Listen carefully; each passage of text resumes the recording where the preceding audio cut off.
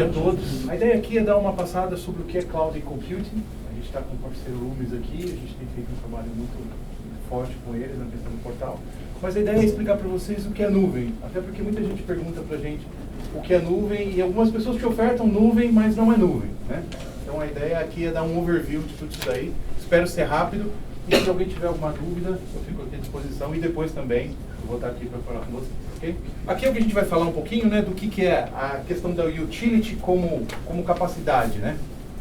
E a primeira questão que eu falo para vocês é o seguinte: o que quer dizer utility como capacidade? A questão do utility é a coisa que mais está comum na vida da gente. O que é? Energia elétrica. Por que energia elétrica? Todo mundo tem energia elétrica em casa, ninguém vive mais sem energia elétrica, né? E a energia elétrica, ela está disponível, ela está sempre pronta para você. Se você sai no final de semana, você não paga, né? Queira ou não queira, você não usou, você não paga. E uma outra coisa, pressupõe-se que a energia ela é estável, eu nunca vou ter quedas nessa energia. Então a energia está sempre disponível para você usar. Então o que a gente fala da energia? Primeira coisa, está sob demanda. Ninguém fica perguntando para você quantas máquinas de lavar tem na sua casa, quantos chuveiros. Você vai plugando lá. Pode ser que ele tem um momento que ele não suporta, mas você, notadamente, vai plugando o que você quer. Você não fica questionando, nossa, semana que vem eu vou precisar de mais uma tomada. A energia está ali e está sob demanda. Outra coisa é, ela é uniforme, como eu falei, ela não cai. A ideia é que ela está sempre disponível. Você plugou, ela está lá. Você não tem que abrir um chamado para pôr mais uma tomada. Então ela está lá. Você paga conforme você usa. Se eu ficar o final de semana fora de casa, a energia caiu. E a última é, está sempre disponível. Então, quanto mais energia eu quero, mais ela tem disponível também. Imagina se eu conseguisse fazer o seguinte, transformar computação nisso. Toda vez que eu precisasse de um servidor, está aqui disponível. Amanhã eu preciso de mais 1000, está aqui disponível. E agora eu não quero mais, Ronaldo. Pego de volta. Então eu pego de volta e não vou cobrar sobre isso. Eu não faço um contrato com vocês de 12 meses. Até muita gente pergunta pra gente, fala, nossa, mas não tem um contrato? Não, não tem. Aí eu plugo lá e peço 1000. Pega 1000. E se eu não quiser mais usar? Devolve. Tanto que às vezes tem alguns casos engraçados, né? Daquele cliente que vem, pega 4, 5 servidores, deixa ligado 2 semanas, ele chega pra mim e fala assim, poxa, que legal, mas tá me cobrando. Eu falei, por que você não desligou? Ah, mas eu posso desligar? Pode. Você não tem compromisso. A questão da nuvem é, você usa quando você quer. Só que quando você pensa aqui, nesse computadorzinho aqui, não é só um computador. Por que não é só um computador? Porque ele envolve um monte de coisas. Tem storage, tem rede, tem Cisco, tem toda aquela camada, quando você precisa, está sempre lá disponível. Então eu plugo lá, como é que eu vou gerenciar meu DNS, tudo mais. Então tudo que é dentro de uma rede está disponível para vocês. E não é só o que a gente está falando de computação, mas quando você pensa também no seguinte, quantas vezes a gente não entrou numa empresa e você precisa de um espaço para pôr aquele servidor, e aquele servidor ainda precisa de um ar-condicionado gigante, né, para trabalhar para ele. E mais, você precisa refazer toda a energia elétrica para botar aquele servidor, porque não é o 110 da sua tomada. Então, quando você pensa que você está usando o Cloud Computing, você também está eliminando um monte de coisas que, se você fosse montar na sua empresa, você ia precisar. Eu brinco sempre, eu gosto de contar histórias, né? Porque quantas vezes eu não cheguei naquela empresa, era um sobradinho, e o cara falou, mas você tem não, tem um rack aqui. Ah, é? E onde está seu rack? Vem aqui. Daí eu subi o sobrado, onde era o banheiro, onde tinha o box do chuveiro, ele tirou e estava aquele rack, todos aqueles servidores, como se fosse uma... Então, assim, estava ocupando espaço, um risco. Por que um risco? A gente é assaltado. Então, alguém vai entrar lá, tem uma questão de segurança, vai roubar o seu bem mais precioso que é os seus dados. Então, tudo isso daqui vai estar muito bem arquivado. E uma coisa que eu acho que é o mais importante, quando a gente fala, que é a capacidade elástica. O que é a capacidade elástica? Quando a gente compra uma máquina ou um computador, ou quando a gente faz uma previsão do que eu vou processar, nem sempre a gente sabe. Por quê? Imagina hoje, a gente tem a questão do mobile, a gente tem a questão dos sites web, de agências. Você vai fazer uma campanha, tem duas situações, ela é um sucesso ou ela é um fracasso. Se ela é um fracasso, ela vai ficar aqui embaixo. Mas e se de repente ela virar um sucesso? Então quando você vai programar o que você precisa de capacidade de servidores, você normalmente faz assim, ó. Eu vou por aqui, ó. Sem saber se vai ser um sucesso ou um fracasso. E olha o problema que você tem. Porque se for um sucesso, eu vou até aguentar, mas eu vou pagar um excesso. E se for um fracasso, eu também vou pagar um excesso enorme. Ou se não, se quiser economizar, você vai por baixo e vai estourar, seus clientes não vão acessar. E existe uma questão que é o seguinte, nem sempre é só isso que a gente está falando. Às vezes você tem outros sistemas, por exemplo, às vezes eu tenho uma empresa que roda uma folha de pagamento, então você sabe quanto ele vai processar. Aí você vai lá e compra uma máquina aqui. E aí você tem uma startup que começa pequena, fazendo um sistema enxuto para fazer, às vezes, a questão que a gente está falando aqui da Loomis de e-learning numa escola, e ela começa a crescer. Então você compra a máquina, ela está aqui. Ai, putz, agora cresceu demais, eu preciso fazer ela crescer de novo. Ou então, num caso de um e-commerce, que você não sabe, que você fez uma campanha e começou a vender demais e estourou. Quem lembra das Black Fridays da vida, ou as famosas Black Frauds, né, que o pessoal brincou? Por quê? Porque os sistemas foram feitos, mas eles não fizeram um planejamento correto da demanda que ia ter. E o que acontecia? Você tentando comprar, o site cai. Ou então, na última questão aqui, de você rodar um ERP, a produção. O que acontece quando você faz isso daí? Você tem uma capacidade que a gente fala de ociosa. Você está pagando por uma coisa que você não está usando. E em alguns momentos, você está tendo uma capacidade faltante e que causa uma insatisfação do seu cliente. Que lindo seria se o mundo fosse assim. Ou seja, eu consigo seguir o que eu quero. E eu só uso o que eu quero. Eu conto um caso aqui, que foi um caso muito interessante, que a gente trabalhou com um cliente do Rio. Eu acho fantástico esse case, porque assim, a gente trabalhou com o The Voice Brasil. Qual que era o problema do The Voice Brasil? Todas as votações eram por tablet ou por celular. Então você ia lá, Carlinhos Brown, Daniel e tal, não sei o quê. Só que vocês imaginam a demanda disso. E o mais interessante, o programa dura quanto tempo? 1h30, 2. Então ele precisa de 1000 servidores durante 2 horas. Imagina que empresa. Ou eu compro o servidor, ou então eu vou ter que fazer um contrato com um grande provedor de alugar isso por 2, 3 meses. Não, eu te dou uma capacidade elástica. O que acontece? Começa o The Voice Brasil, tem um servidor, só para ter o sistema funcionando. Aí o pessoal começa a votar. Aí a gente vai o quê? Fazendo uma capacidade elástica. Eu vou fazendo um load balance e vou crescendo a máquina. E o que acontece? Eu chego a 700, às vezes 1000 servidores. Termina o programa, eu volto a quanto? A 1. E você vai pagar sobre o quê? Sobre aquelas 2 horas. Você não vai pagar sobre 1 ano ou 1 mês. Então, essa é a questão da nuvem. Se alguém um dia chegar para vocês e falar assim, eu vim te oferecer uma nuvem, e falar o quê? Olha, eu vou cobrar por mês. Isso aí não é nuvem. Nuvem é essa questão da elasticidade. E mais também. Se eu precisar de um servidor agora e precisar de 100 amanhã, você me tem? Não, eu tenho que programar. Também não é nuvem. Porque a nuvem é exatamente isso. Quando eu preciso, é igual a energia elétrica. Eu preciso, eu tenho. Eu não quero mais, estou de volta e eu não tenho que pagar sobre isso. Se alguém oferecer alguma coisa diferente para você chamar de nuvem, não é nuvem. E conforme eu falei no caso da Globo, você pode ter um servidor ou 1000. Até a gente fala muito de Big Data. Big Data tem essa questão, né? Você vai analisar uma grande massa de dados, às vezes você precisa de 1000 máquinas para fazer essa conta rápida. Então você usa 1000 durante uma hora. Não precisa disso. E aqui, alguns dados, só para vocês saberem quem é que é a Amazon. Para quem não conhece quem é a Amazon, né, não é só o site de compra. A Amazon ela tem várias verticais. Ela começou como um grande site, só que ela lembra daquelas Black Fridays? A gente criou uma estrutura para suportar a Black Friday lá em 2004. E sobrou uma ociosidade. O que eu faço com essa ociosidade? Eu crio uma nova empresa e começo a vender. Então, aí nasce a AWS. E depois nasceram outras empresas também. Quem já viu a Amazon, tem a Amazon Prime Video, que ela nasceu exatamente da questão do conteúdo. Hoje a gente tem uma empresa que produz vídeo. Então a gente tem muita coisa que a gente está fazendo. E dentro da AWS, a gente é uma empresa com mais de 1 milhão de clientes ativos. Vou falar de alguns, né, mas a gente pode citar a CIA, um cliente nosso. Aqui no Brasil a gente tem a Serasa, tem EN, Petrobras, etc. Tá? A gente está sempre lançando produtos novos. E aqui é uma ideia do que a gente fala do S3. S3 é o nosso storage. A gente já está com, vou falar o número, vocês podem achar que é brincadeira, mas a gente tem trilhões de objetos. Objetos são os arquivos que estão lá. Todo mundo pode gravar um arquivo. Então eu tenho trilhões dentro dos storages. Tá? E uma coisa interessante, eu sempre falo, é a questão, por exemplo, do Gartner. Eu falo que eu não vou falar que eu sou bom, quem fala é o Gartner. Então se um dia vocês quiserem falar, Ronaldo, qual é o melhor cloud que tem? Eu não vou falar nada. Eu vou pegar o Gartner e vou dar para vocês. Porque eu não posso falar que eu sou bom. A gente tem que usar quem já fez uma auditoria e tenha os critérios que ele usa para medir a questão da cloud. E aqui, né, o que nos torna diferente? A questão também das funcionalidades, né, quem conhece um pouco de Amazon vai entender, né, a gente falou de storage, a gente falou de S3, trilhões de objetos, mas a gente tem coisas muito interessantes. Por exemplo, a gente acabou de lançar um produto muito interessante chamado Machine Learning. O que o Machine Learning faz? Ele aprende. O sistema que aprende? Sim, ele aprende. Você cria variáveis dentro desse sistema, por exemplo, um scoring de crédito. Então eu concluo que todo engenheiro é bom, adimplente, e todo professor é inadimplente.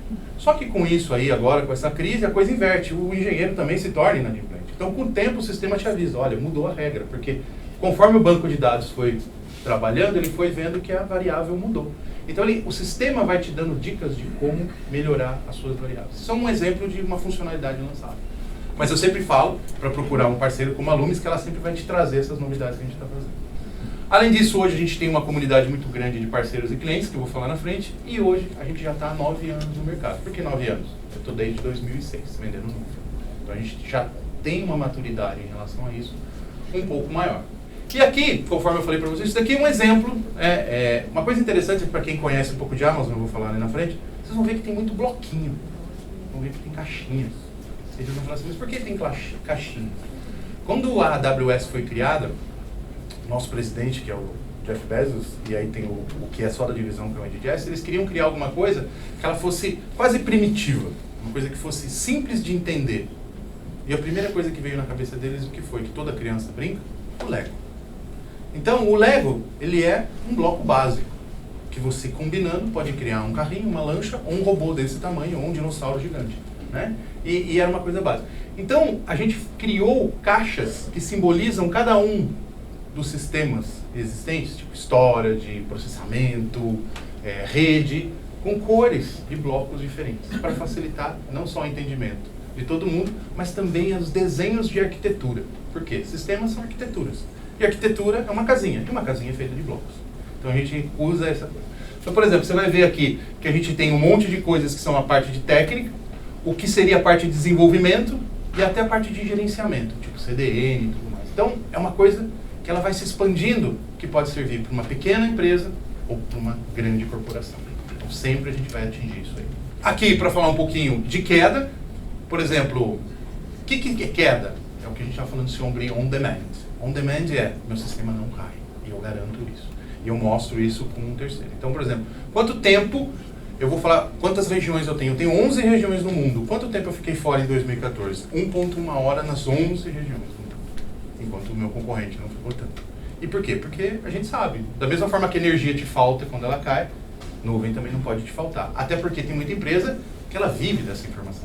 Aqui, um exemplo de empresas startups, que a gente trabalha bastante. Então, por exemplo, startup, a Amazon, ela nasce em startup, né? Os primeiros clientes da Amazon de startups eram empresas pequenas, uma chamava LinkedIn, a outra chamava Instagram, eram pequenas, em 2006.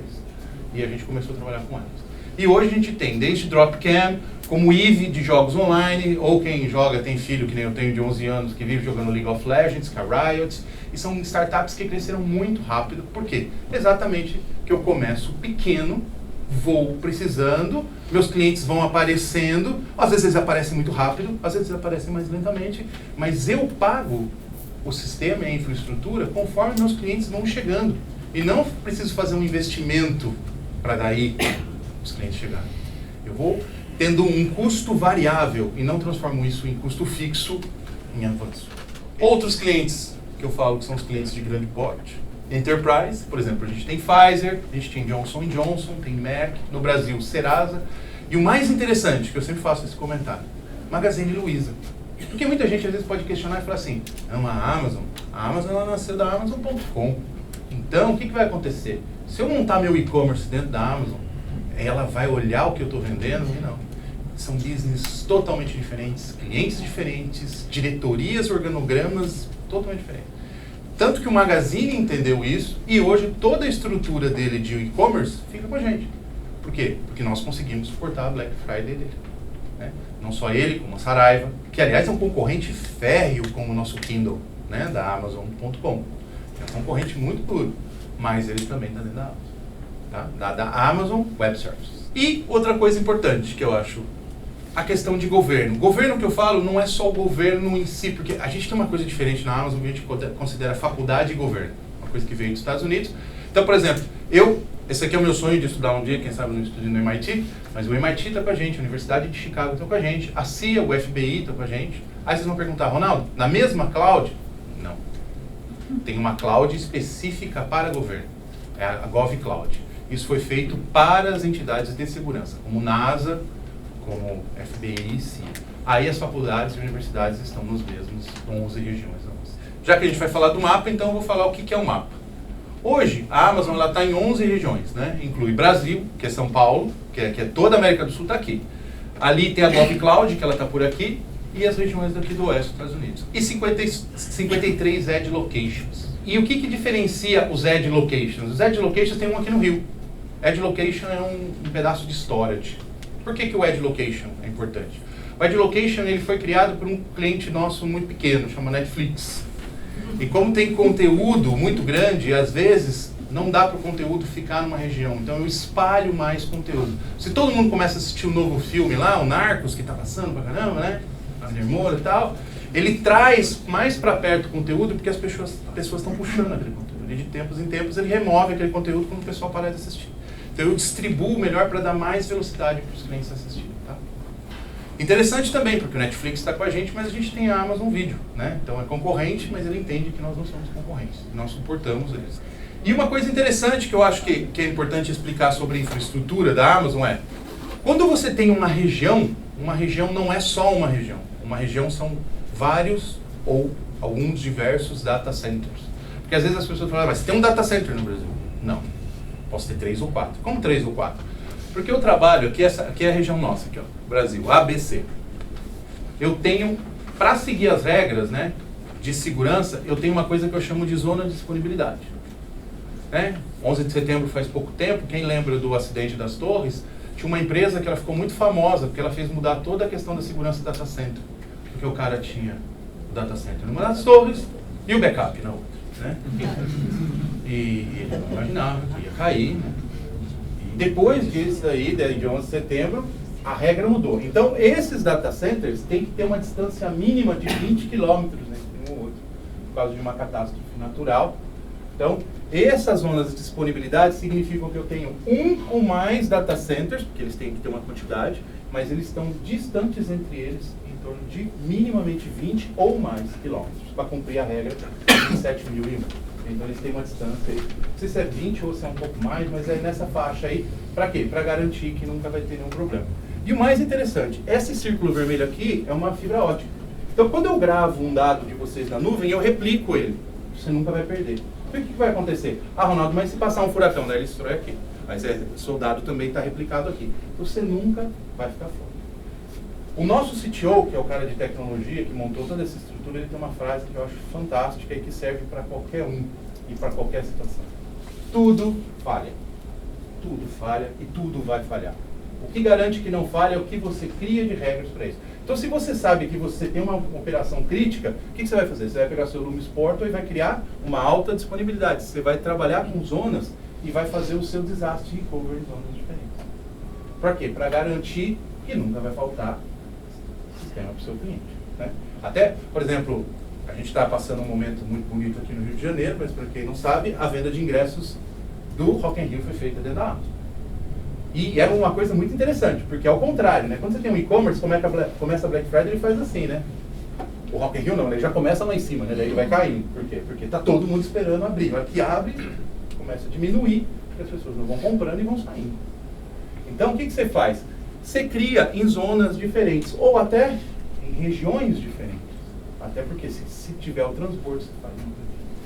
Aqui, só para falar um pouquinho o que eu estava comentando com vocês, o que é ter uma infraestrutura na cloud. Você tem segurança, que aliás é uma coisa muito importante, segurança. Eu sempre faço vários comentários sobre segurança em cloud, porque a segurança na cloud, às vezes todo mundo fala, não, a nuvem sua é pública, né? E não é, né? A gente vai falar sobre isso. Rede, servidores e storage. De novo, lembra que eu brinquei com vocês? Cada um é uma caixinha. Cada um é uma caixinha e cada um é uma corzinha. Então você vai montando sua infraestrutura de acordo com o que você precisa. E aqui um exemplo do que é todo isso daqui. Isso daqui é bem para o pessoal de TI, né? Mas eu vou dar um passant em cada uma das coisas para vocês terem uma noção do que é cloud. Ok? Isso aqui seria a parte de computação. Então eu vou abrir falando de storage. A gente tem 3 produtos de storage. Um que a gente chama de arquivo, que é o Simple Storage, e o Glacier, que é uma coisa que a gente chama de gelado. O S3 é para você gravar seus arquivos, mas você não só grava, você pode criar um site nele, estático. Lembra dos HTML da vida? Você cria com ele. E normalmente o que é muito interessante nele, ele está replicado nas 3 zonas de disponibilidade. Então você tem uma durabilidade disso daí de 9,99999, que você não vai perder e você está sempre excitado. O Glacier, que é que a gente fala de arquivo frio, o seu archive. Então imagina que você fez um trabalho com alunos aqui e você tem um monte de documentos seus no portal e que você fala o seguinte: Ronaldo, a lei mandou eu guardar isso daqui, porque é uma coisa de dados médicos, durante 20 anos. Só que desses dados, teras e teras e teras, eu só uso às vezes 5%. Então isso daqui é um dado frio. Qual a diferença desse daqui para o S3? Esse aqui custa metade do preço do outro. Só que ele tem uma diferença. Para você sacar ele, demora de 2 a 3 horas. Porque eu tenho que descompactar e puxar esse arquivo de lá. Porque eu faço uma compactação e gravo ele lá. Então o que eu faço? Para quem grava muito... Vamos dar um exemplo aqui no Rio. Tem muita gente que tem fundo de petróleo em tape, DAT, aqueles fitas que o cara tem que pagar alguém para guardar aquilo em cofre da Iron Mountain. Então você usa isso para criar um archive em frio. Ou dados de Anvisa, que demoram às vezes 20 anos e você não pode perder aquilo. Então aí você tem uma coisa de perenidade. E você automatiza isso. Aqui o nosso, que eu chamo de EBS, que isso daqui seria mais ou menos como o seu pendrive, só que você liga no servidor. Então você vai montando, então você tem um programa de televisão, você criou aqui, aí você fala assim, aliás, eu quero levar esse programa de televisão para Portugal. Você abre um servidor lá na Europa, pega esse arquivo e manda para lá. Também tem uma fibra ótica que liga a gente para lá. E você começa a fazer isso em Portugal. Então, esse aqui não parou de funcionar, só que eu levei toda a aplicação para a Europa. E ela está funcionando lá. Então, uma coisa interessante, eu falei para vocês de 11 regiões. Então, vocês começaram a trabalhar aqui no Lumis Portal aqui. Legal, está funcionando muito bem. Você fala assim, Ronaldo, eu quero funcionando na Europa, sem problema nenhum. Pode ligar. Você aperta o botãozinho lá, liga o servidor lá, está instalado lá. Por que você ligou lá? Porque a latência, às vezes, do Brasil é muito alta. Porque você pode, o cliente português pode apontar para cá, mas você manda para lá. E aquilo lá continua funcionando. O que eu dou para vocês, como Amazon, é uma infraestrutura em nível mundial. O que é em nível mundial? Eu tenho, por exemplo, uma empresa de games. Ela fica lá na China. E ela falou assim, nossa, a latência está muito alta porque está aparecendo muito jogador no Brasil. O que ele fez? Ele veio aqui no Brasil e ligou 10 servidores e replicou a aplicação aqui. Então a aplicação roda muito rápido aqui para o jogador daqui. E assim vai. E agora a gente já vai falar do que é o que eu chamo de EC2. Isso aqui é o que a gente chama de o computador na nuvem, tá? Uma coisa interessante, eu tenho vários tipos de computador na nuvem. Aí vocês vão falar assim, como assim? Eu tenho um computador que é essa instância aqui que a gente chama de standard. Ele é focado para qualquer uso. Por exemplo, eu vou pôr o SAP meu na nuvem, do outro lado eu vou pôr o Lumis Portal, e mais, eu faço uns testes de fundo de oceano, Ronaldo. Aí eu tenho uma instância que ela só trabalha alta disponibilidade gráfico. Ela tem uma placa NVIDIA dentro. Então ela faz, por exemplo, Ronaldo, eu trabalho com uma agência de publicidade aqui, eu faço muita renderização. Não tem problema nenhum. Por que você fica fazendo aquela workstation? Você põe, joga para a nuvem, à noite vai fazendo isso em alguma região do mundo. Não precisa nem ser no Brasil, você pode jogar isso para Virgínia, que é mais barato, e depois você traz seu produto renderizado. E você paga por hora. Você não tem que comprar aquela workstation gigante lá. Então a ideia realmente é que você tenha vários tipos de capacidade. Ok? E eu falo que esse aqui é o segredo do molho, né? Eu falei para vocês de elasticidade e eu só queria mostrar como que ela funciona. Quando eu contei do caso da Rede Globo, né? Que eu achei bastante interessante, que o cara tá lá voltando, né? Como é que funciona isso? Imagina que eu tenho lá milhões de servidores lá na Amazon, eles estão trabalhando. E aí aquela aplicação que está rodando lá, ou Lumis Portal, uma aplicação mobile sua, ela está funcionando com 3 servidores. Aí ela fala assim, Ronaldo, o número de usuários está crescendo. Então a gente tem que é uma feature chamada CloudWatch. Ela monitora o que está acontecendo dentro da máquina. Então ela fala o seguinte, Ronaldo, está processando e está crescendo demais o processamento. Então ele falando, olha, a utilização dela, ou então, a gente está falando de latência. Por que latência? Porque se você tiver um cliente, como eu comentei, em Portugal, e a latência for alta, você pode falar assim, faz um load balancing na Europa, joga o servidor para lá. Porque você consegue, eu falei da história, por exemplo, do Netflix. Posso jogar um conteúdo mais perto do cliente. E aí, quando ele faz o load balance, ele vê que não está aguentando só 3 servidores. Aí ele liga esse cara aqui e passa a métrica para ele e fala o seguinte, ele manda mais um servidor para lá. Só que ele faz isso em segundos. Então ele consegue escalar, e o mais bonito, ele não só escala para subir, ele escala para descer. O que quer dizer isso? A minha aplicação começa, os clientes vão acessando, e o que é mais bonito, ele sobe. Então eu vou fazer o seguinte, minha aplicação tem pensa que você vai fazer uma campanha, fazer um cliente grande, cliente que tem muita visibilidade. Então você pode ter que nem eu brinquei do ingresso do Rock in Rio, ou eu falei aqui da história da Rede Globo. Eu cresço muito rápido. Então você começa a sua aplicação com um servidor. Em segundos ele já vira 2, em segundos ele vira 3, e ele vai crescendo conforme a sua demanda. Para o quê? Para atender o teu público. E quando chega lá, ele vai fazer o scale up. E quando ele chegar lá em cima, e os usuários começam a sair. Lembra que eu falei do Rock in Rio? O pessoal começa a comprar o ingresso, começa a sair. Ele vai fazendo ao contrário daquilo. Ele vai vendo, olha, tem uma máquina muito ociosa, tira ela. Tem outra máquina ociosa, tira ela. E assim ele vai, para cima ou para baixo. E esse aí que eu falo que é o nosso grande segredo, que é o molho secreto. Que isso daqui vai fazer o seguinte, esse é uma feature que quase ninguém tem. Tá? Então isso aqui é muito interessante. Então, a gente fala o seguinte, se vocês chegarem para mim e perguntarem, Ronaldo, nuvem vale a pena?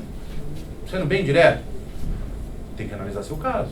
Por quê? Se você tem variação de carga, talvez seja bom. Mas se você chegar para mim e falar, eu preciso de uma máquina de tantos cores e tantos gigas, e eu te der o preço, você fala, mas é mais caro. É mais caro. Porque a gente está excluindo o ar-condicionado, está excluindo um monte de coisa. A nuvem, ela te serve num mundo caótico que você não consegue fazer mais planejamento de demanda. Então ela te serve numa demanda que você tem rápida. Por exemplo, eu preciso desenvolver um negócio para amanhã. Não dá para você sair e comprar uma máquina para depois desenvolver e devolver. Ou então eu preciso lançar uma campanha que ela pode ser um sucesso ou um fracasso. Eu não consigo medir ela. Então a nuvem, ela ajuda vocês. E agora a gente já está no finzinho, eu vou falar uma coisa interessante sobre serviços gerenciados. Isso aqui também é muito interessante. Quando você fala de banco de dados, porque eu falei de computação e eu falei de storage. Agora eu vou falar de serviço. O que é serviço? Quando você tem uma área de infraestrutura, qual é o problema que você tem muito lá? Você tem um monte de gente para ficar instalando CD, não é? Ficar fazendo gerenciamento de banco, cuidando do backup do banco. Imagina que eu tiro isso. Por quê? Porque eu já vou te dar tudo pronto. Então eu vou te dar o banco de dados pronto, vou te dar Oracle, vou te dar PostgreSQL, SQL, monitoramento, deployment. Então, de novo, a nuvem, ela te ajuda, porque eu cobro esse cara aqui por hora. Então eu te ajudo também nessas ferramentas que são adicionais para a aplicação. Aqui até um exemplo que eu dou, que a gente trabalha com o conceito também de réplicas. Eu trabalho com o banco em zonas de disponibilidade. Por que isso? De novo, a questão do todo falha. Se um dia cair sua aplicação, eu ligo ela em outra região. E se o seu cliente não fica fora. Tá? E agora, para encerrar, né, eu vou falar um pouquinho de segurança. Isso daqui, às vezes, é o que fica a sua empresa, né, essa bagunça. Né? Aí a questão que eu, para fechar, falar de nuvem privada e nuvem pública. Muitas vezes as pessoas chegam para você e falam assim, a sua nuvem é pública. A sua nuvem, todo mundo entra e todo mundo sabe. Pera lá, né? A primeira coisa que eu falo é o seguinte, vamos diferenciar um prédio público de um apartamento? Apartamento de vocês? Prédio público, as pessoas entram quando querem, saem quando querem, e mais, elas não precisam de nada, porque não tem chave, as portas estão abertas. Não, nuvem não é assim. Nuvem tem chave, tem 4 níveis, 5 níveis de segurança. Eu comparo mais a nuvem a um apartamento, um prédio residencial. Por quê? Apesar de ele ser público e estar na rua, você tem um monte de camadas de segurança para você chegar dentro do apartamento de cada um. E nem sempre você vai deixar alguém entrar na sua casa. E mais, você consegue até entrar no apartamento do cara arrombando, mas aí é a questão que você vai arrombar pela porta da frente. Então a gente chama isso de segurança compartilhada. Porque de dentro para fora, as paredes você não vai romper. Mas se você deixar a sua aplicação aberta, ele vai conseguir entrar. Então isso aí é importante também. Aqui um exemplo que você consegue fazer com nuvem. Você consegue, por exemplo, a gente chama isso de transbordo. Você tem seu data center na sua empresa, você quer ter um pedaço dele, e você joga um pedaço dele dentro da nuvem. Tá? Você cria uma conexão direta. Aqui outro exemplo, replicando o IP. Eu consigo replicar, às vezes, o IP idêntico ao que você tem no gateway. Tá? Então, às vezes as pessoas acham que elas não estão na nuvem, mas elas já estão usando nuvem faz muito tempo. E aqui o que eu comentei com vocês de segurança. Você precisa de chave, e a chave do seu apartamento é o que vai separar você do mundo. Mas, de novo, o muro eu consigo controlar, mas o que tem para o lado de lá, que é a aplicação sua, a gente chama de segurança compartilhada, que é isso aqui. Ó. Daqui para dentro eu garanto. Tem um monte de ISO, FISMA, TAR, só que daqui é a aplicação do cliente ou de vocês. Então você tem que ter uma garantia, né? Eu vou fazer, esse é o último slide, fazer a piadinha que eu sempre faço, porque é o seguinte, às vezes acontece, muita empresa, um exemplo, né? O cara de TI é um PJ, pessoa jurídica. Aí eu recebi uma vez uma ligação de um cliente nosso, falou assim, então, eu briguei com o cara e mandei ele embora. E ele levou a chave embora.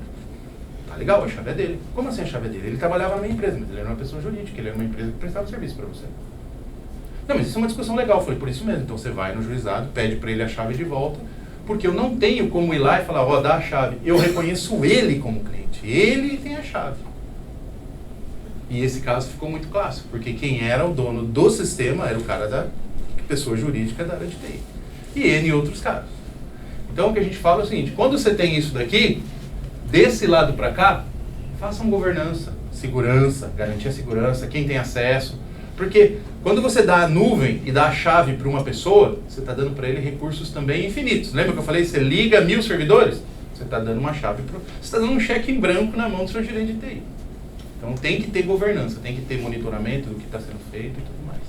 Ok? Bom, gente, era isso. Eu não sei se eu atingi o objetivo, mas queria dar um overview para vocês do que é trabalhar com cloud, tá? E fico aí aberto se alguém tiver uma pergunta.